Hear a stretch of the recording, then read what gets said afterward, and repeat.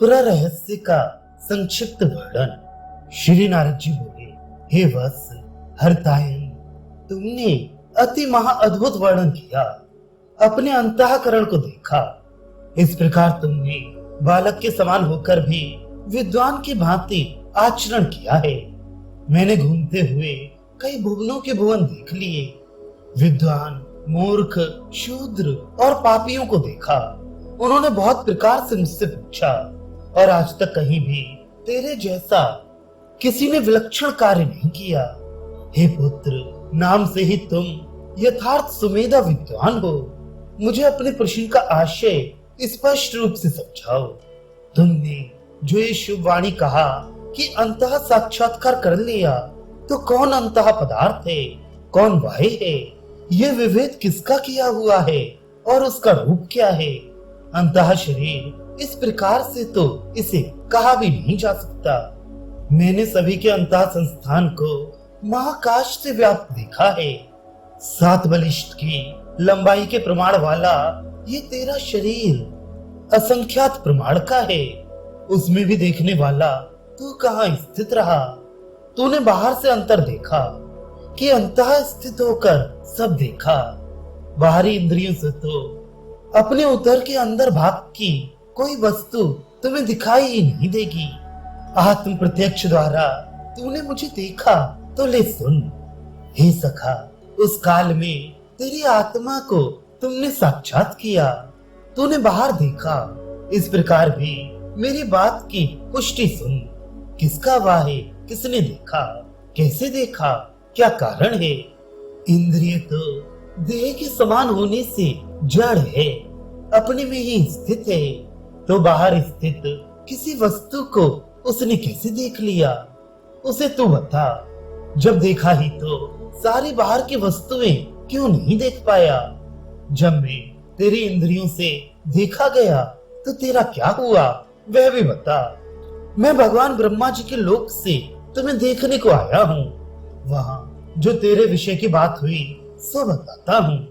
हे सखे सुन।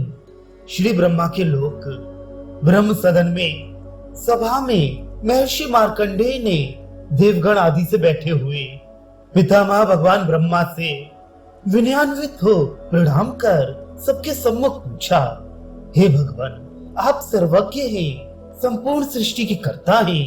हे देव, मुझे आपकी ही कृपा से चिरंजीविता प्राप्त हुई है। मैंने साक्षात भगवान शिव की आराधना कर मृत्यु पद को जीत लिया है।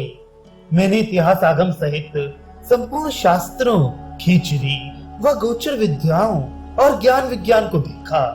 उनमें सुनने योग्य सार तत्व क्या है?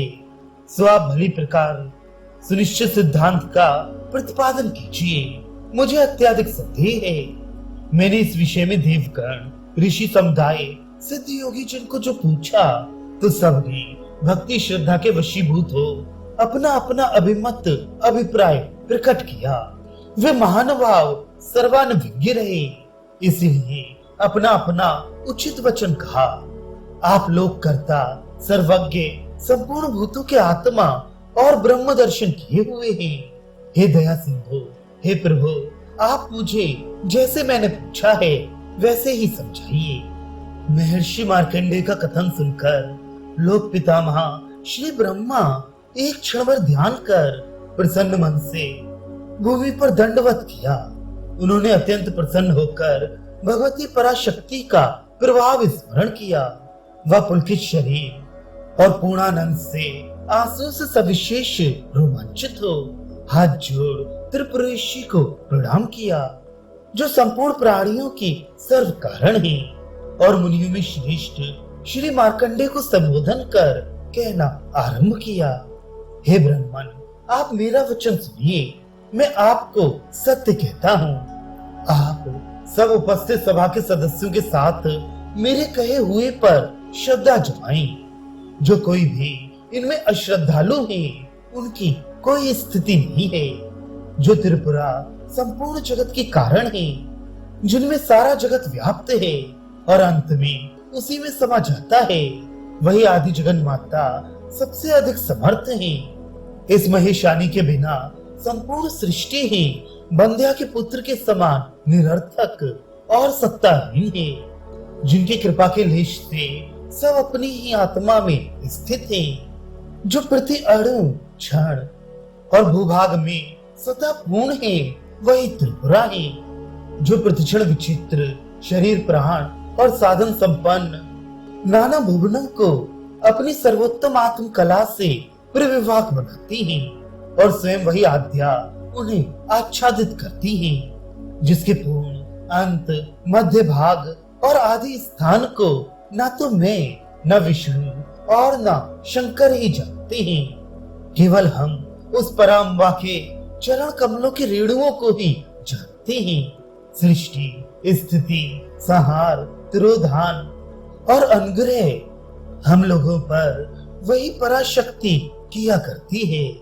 वही सर्व दिव्य प्रभा संपन्न देवगण में सबसे अधिक दिव्य रूप से भासती है, सब भूत मात्र की ईश्वरी है, स्वतंत्र कर्तृत्व संपन्न है, चिद विलास वाली अघटित घटना पटिया से सुंदरी भगवती त्रिपुरा है, एक होकर भी सब भक्तों पर कृपा करके अनेक रूप वाली है, सबसे श्रेष्ठ सबकी जननी त्रिपुर में विलास करने वाले और परावाक समाश्रया है। उसी पराम्बा की मूर्ति सबसे श्रेष्ठ है, उसके संबंध का सिद्धांत ही सबसे उत्कृष्ट है। हे मुनीश्वर, वही सर्वेश्वरी सर्व पूज्य है, उनके संबंध का भगवान शिव के द्वारा कहा हुआ महापुण्यजनक रहस्य को तू सुन। शक्ति की प्रमुखता वाले भगवान आदिनाथ सदाशिव तुरीय श्री रुद्र से विष्णु ने इसे प्राप्त किया, विष्णु के माध्यम से ये मुझे प्राप्त हुआ। इस अत्यंत गोपनीय तत्व को दूसरा कोई नहीं जानता है। मृत्यु लोक में महाविष्णु के अंश श्री दत्त गुरु कहे गए हैं। उन्होंने श्री कंठ से सुनकर उनके अंश भार्गव में सब समावेश कर दिया। उन्होंने गुरु की आज्ञा के वशीभूत हो अपने शिष्य सुमेधा को ये सारा तत्व कहा। वे अभी पृथ्वी पर श्री त्रिपुरा के रहस्य को स्फुरण करने वाले ग्रंथ को बनाने की इच्छा से हालास्य नगर में स्थित है।